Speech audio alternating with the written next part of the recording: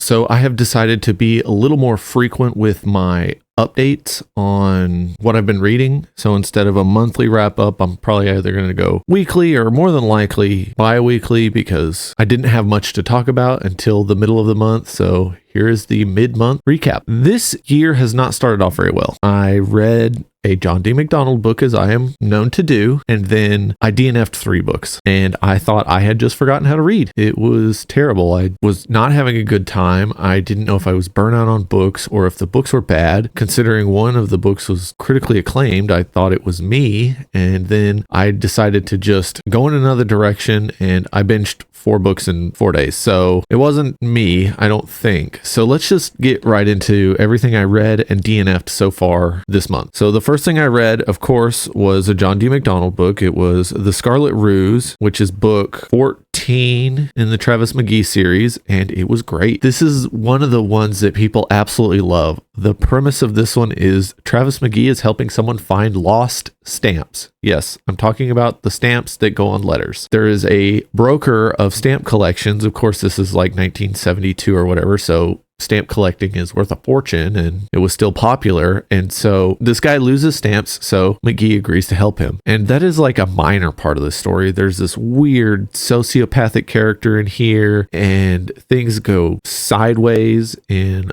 ways I didn't expect. And I really liked the way it ended. It had some lulls, and at some points I was just like, oh man, I ain't really feeling this one. But it ended in a fantastic way. I think the last third of the book is like very exciting, and so it was just really good, which, I mean, at this point, I kind of always expect that. So next, I started The Court of Broken Knives by Anna Smith Spark, and I did not like it at all. I got 15% of the way through it, and I DNF'd it, and I was like, man, what is wrong with me? I just don't like this book at all. I didn't care about the characters. I didn't care about the setting. I wasn't the biggest fan of the writing. I just was like, what is happening? Because other people said they were having a good time with it. So I put that aside, and I thought, well, let's read Recount Zero by William Gibson, because I love Neuromancer. It is such an amazing book. I think about it all the time, and I thought, I can't go wrong with Recount Zero, so let's get into it. I DNF'd that one at 15%. I don't like it at all. I don't like the pacing of the story. I don't like that it's split into 3 different characters, and he keeps skipping from one to the other, so I never have time to form a connection with the character. I don't care about what's going on at all, and I just kept thinking, I was like, is this me? Because other people really like this, and I heard some people struggled early on, but by the end of it, they really enjoyed it. So maybe I'll go back to it, but I really don't want to. Neuromancer grabbed me on the very first page, and then 15% of the way through this one, I was just like, I don't care. Why am I still reading this? So I gave up on that. So Editor Joseph here. I didn't like this part of the video, so I had to come back and film it.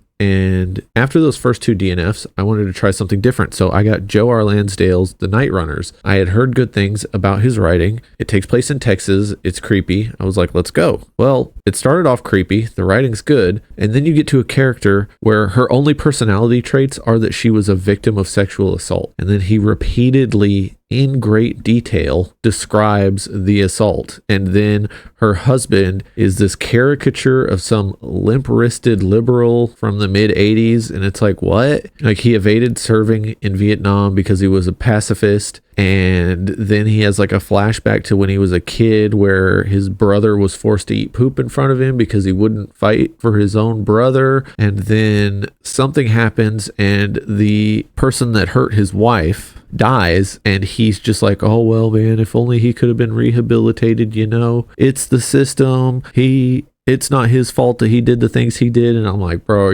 you trying to spike my blood pressure? I'm gonna have a stroke. Both between making a character whose sole purpose was to be victimized and then having this guy with her as well. If he wanted a reaction from me, he got it, but I also quit reading the book. I just couldn't do it. He was just such a caricature, and it just felt gross and exploitative the way he wrote that woman. So I had to back out of it. Back to the video. I thought, man, there is something wrong with me. And so I decided to move on to a book that I did on audio. Well, I started on audio like a year ago, gave up because the audio sounded terrible. So I tried it again with the same audio, but some tweaks to it so that I could hear it a little better. Anyways, that is A Spectre is Haunting Texas by Fritz Leiber. I don't know if this book is a work of genius or absolute madness. It is so offensive, but it is a satire that is meant to be offensive. It is like Blazing Saddles, but more offensive with some things. The premise is it is the future after World War III. Nukes have been dropped and all that stuff. And then this is what's left after. And Texas was one of the survivors, and they conquered most of the United States, except for like the hyper leftist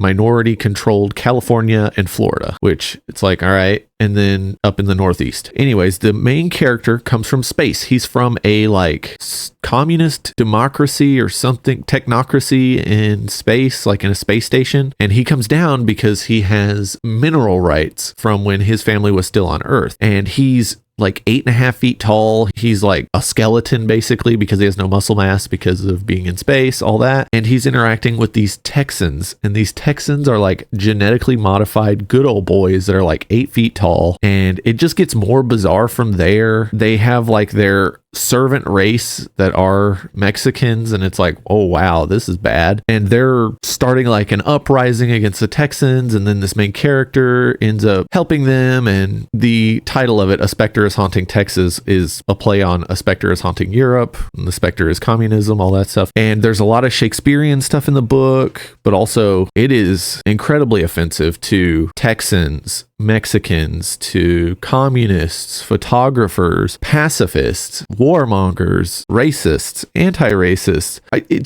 It's so bizarre. You read it and there's these little quips almost on every page, and they're like a work of genius. It is like Oscar Wilde levels of humor and witty style, but also some of the most offensive things I've ever read in a book. And it's all intentional, and it's not mean-spirited. So one of the things I was thinking about as I was talking to a friend about it is this was originally submitted to a magazine edited by Frederick Pohl, one of the masters of satire in the science fiction genre. And so he was taking this in and editing it and publishing it for Fritz Leiber in the magazine. Now, what I have to assume is that both of them had good intentions behind it. I don't think either of them would have been mean-spirited. And one of the big things about this is it's making fun of the Johnson administration of the presidency. So the way it works in Texas is the only way you lose your presidency is by being assassinated, because that's how it all started with Lyndon the First. So Lyndon Johnson was the first president of the nation of Texas that conquered the United States. And how'd he become president? Oh, I think we all know. At one point, there's like a little quip where he's saying that usually a person's first time on the streets of Dallas doesn't end well. And I'm like, bro, you just made a joke about the assassination of a president in 1968. It was only 5 years after it happened. That is like the tip of the iceberg of the just absurd jokes that are in the book. I can't recommend the book to anyone. Like, don't read it. Don't come to me when you read it and you get offended, because it is incredibly offensive. And like I said, I don't know if it is a work of genius or the work of a very angry madman. It might be both. But like I said, it's not mean-spirited. He's not making these ridiculous caricatures to justify mocking certain people. Other than Texans, he roasts the crap out of Texans. And as a Texan, I can say it is hilarious, and it is still true to form today. The amount of morons in this state that are carbon copies of the good old boy idiots in this book is kind of terrifying. But anyways, I think I'm going to stop talking about this book now. I don't know where this was going. The book is not going to be rated by me because I don't know. Like, I honestly have no idea if it's amazing or detritus. It has wonderful writing. It falls apart in the last third. So, do with that as you will, but I really don't know how to feel about that book. And that book was on my 40 before 40, which now I'm thinking about it. I'm like, ooh, what other decisions have I made for that list that I'm going to regret? So I decided to start another one of the books on my list, and that is Empresario of Texas by Greg Cantrell. And that book is amazing. It is a biography of Stephen F. Austin. And for everyone outside of Texas who doesn't have mandatory Texas history education, he is the father of Anglo-American Texas. He was the one who got people into the territory of Texas when it was still under Mexican control, and he got however many hundreds of families or thousands of families into the territory before it became a state and before it became the nation of Texas, and he was one of the founders of the nation of Texas. Now, this book is a modern look at Stephen F. Austin. There are biographies of him. And if you look in the Texas history books and stuff, it is just ridiculous how much they lionize him. He's just larger than life in Texas history books a lot of the times. I don't know if he still is. I haven't looked at a Texas history book in 25 years, but it's kind of stupid. So this is a very grounded in the facts look at Stephen F. Austin, and I really enjoy it. I'm only maybe a quarter of the way through it, but it's been really good so far. And I'll give a review of that in totality when I get to that point, probably by the end of the month, I hope, because it's the one I'm reading eyes on paper, and I don't want it to take me a whole month to read that thing. After that, I got back to my time to listen to audiobooks, and I was like, man, I need something that will good. I tried A Court of Broken Knives again. I got to the same point, actually a little further, almost 20% of the way through, and I was like, I can't do it. I had to DNF it again. So fortunately, I'm not going to go back to that series. Maybe I'll try another book from Anna Spark Smith, but it won't be anytime soon. At this point, I was like, man, what is wrong with me? I've got to kind of shake free of this slump. And so one of my goals this year is to diversify my reading, not only when it comes to genre or nonfiction versus fiction, but also to just have a broader representation of the actual world when it comes to who is writing the books I read. I just wanted to broaden my reading. I did a little last year, but not enough. And I've got a couple of ideas for my project for the entire year. And so I wanted to kind of dip my toe into some different authors and kind of see if I wanted to read their bibliography. So I decided to try Lois McMaster Bujold's fantasy because I read Shards of Honor, her space opera, the first Vorkosigan book in the proper reading order or whatever. And it is very good. And so I thought, let's dip our toe into her fantasy series. So I read Penrics Demon. Now, Penrics Demon is part of the Penric and Desdemona novellas, and they are cozy. They are funny. There's good action. It's very heartfelt. They're beautifully written. By the time I finished Penrics Demon, I was like, it wasn't me. It was the books. I loved this. I burned through 2 of them in a single day. I ended up reading 3 over the weekend. The premise is Penric is this 19-year-old who is on his way to get married, and there is a broke down cart, and they're having a medical emergency. He goes over to see if he can help, and he sees a priestess of one of the 5 gods of this world. She is a priestess of the bastard, who is the 5th god, the last god, the one that people don't generally like to associate with because he's the god of bad luck, random chances, stuff like that. Well, the priestess is dying, and as she dies, she passes on her demon to Penric, who did not know what was going on. He blacks out. He wakes up in a bed, not knowing where he is. Well, demons are these elemental entities that come into the world and possess animals or people, and when their vessel dies, they move on to the closest living thing. Well, part of the religious order is taking these demons of the god, so this is a demon of the bastard, and controlling them, using them for certain things. These demons have the ability to heal. Sometimes they're entities of chaos. So in the books, it explains this whole magic and how it works and everything, and it's wonderful. The magic system, because there's not really a hard and fast system, is so good. Anyways, Penric wakes up with this demon in his mind, and he gives it a name, and he just treating it like a person. And you're like, oh wow, this is kind of cool, because everywhere else he goes, they're like, why'd you name your demon? Why are you talking to her that way? Why are you letting her have a voice? And it's so cool. It's just beautiful. The relationships in these books, the way the characters act, everyone is decent, which I haven't had in a fantasy book in a long time. I just really like it. Yes, there are duplicitous turds in these books, but the stakes aren't crazy high. There's not the world's going to end or anything. And I just had a lot of fun with it. And so I picked up the second one, Penric and the Shaman. Penric and the Shaman is essentially a buddy cop story where Penric is helping a cop who is a worshiper of the Father, which is one of the other gods. One of their specialties is law enforcement. He is hunting down a fugitive. And so in this book, you actually get more POVs than just Penric. And one thing I got to mention is there is this very dry humor in these books. It's so good. I was chuckling the entire time. I was grinning in the first chapter of Penrics Demon, and I was grinning through all 3 books. I just had such a wonderful time. And anyways, in this one, you see from the POV of the fugitive, from the investigator, and from Penric. So you get to see Penric, now 24 years old, from someone else's eyes, and it's very cool.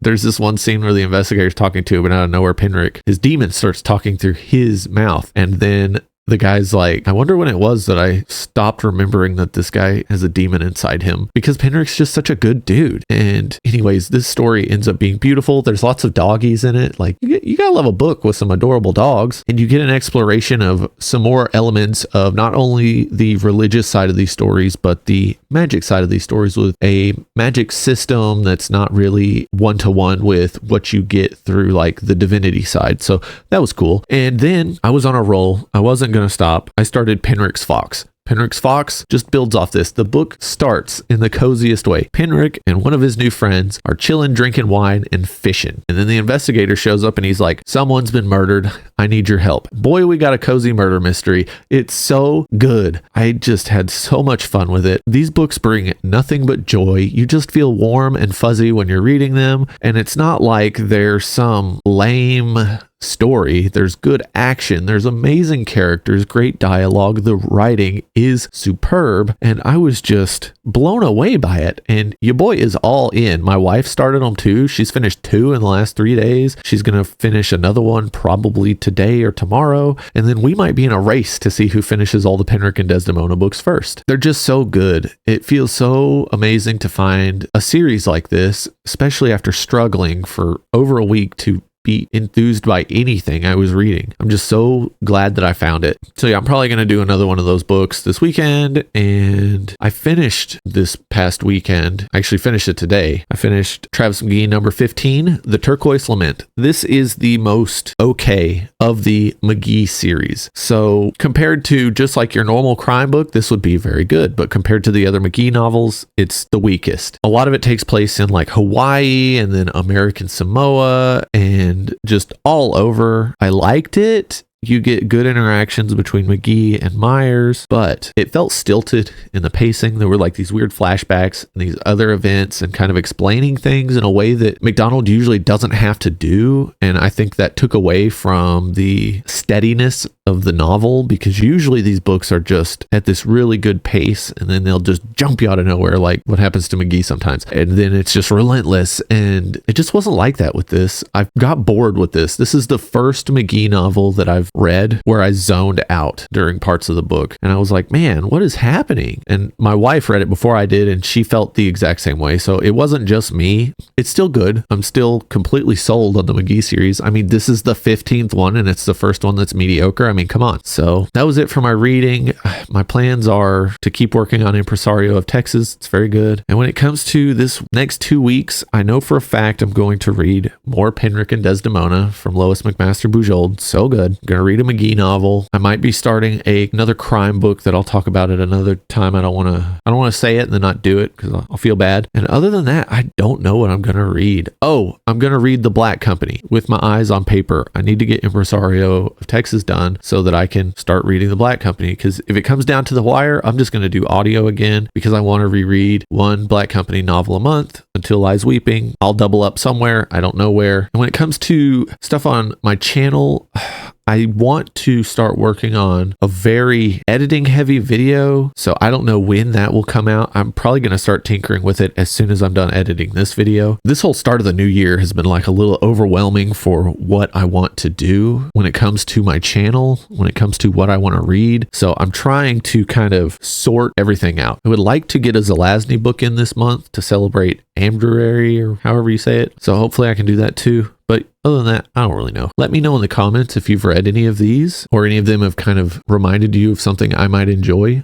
Let me know if there's something I've talked about before but haven't read that you would like me to read. At this point, I'm kind of just grasping at straws. I want to thank you for watching. And with that, I'll see you next time.